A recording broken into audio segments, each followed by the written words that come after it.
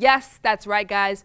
I have the cheat codes to online dating like a boss.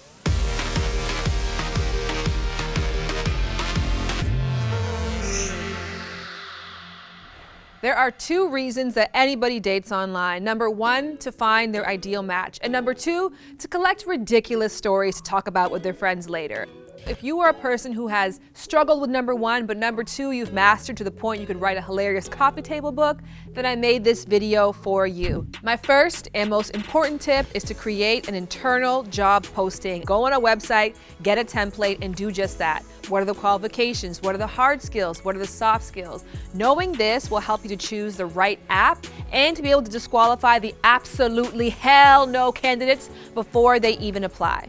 Number 2, set yourself up to be noticed by that candidate. What do they like? What are they into? What are their hobbies? Choose pictures accordingly, but here are some rules across the board.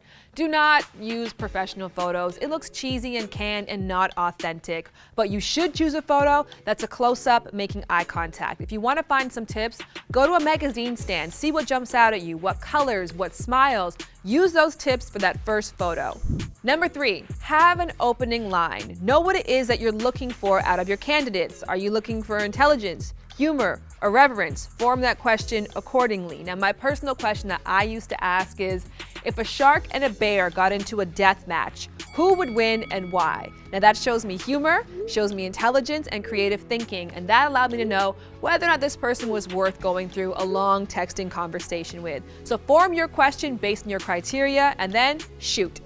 Number 4, set up a phone call. If you guys are texting in the app and things seem pretty good, then say, hey, what's your number? I'd like to call you.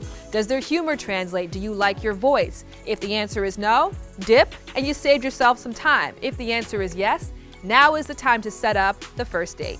Number 5, enjoy the ride of getting to know someone new. Make a new friend. Engage, be open and honest, learn something new. I have gone on dates with people that I didn't have a second date with, but a year later, I bought some art off of them. I made one of my best friends via Tinder. So as long as you've followed these tips to a T, you're gonna have a nice time with someone, even if it isn't your happily ever after.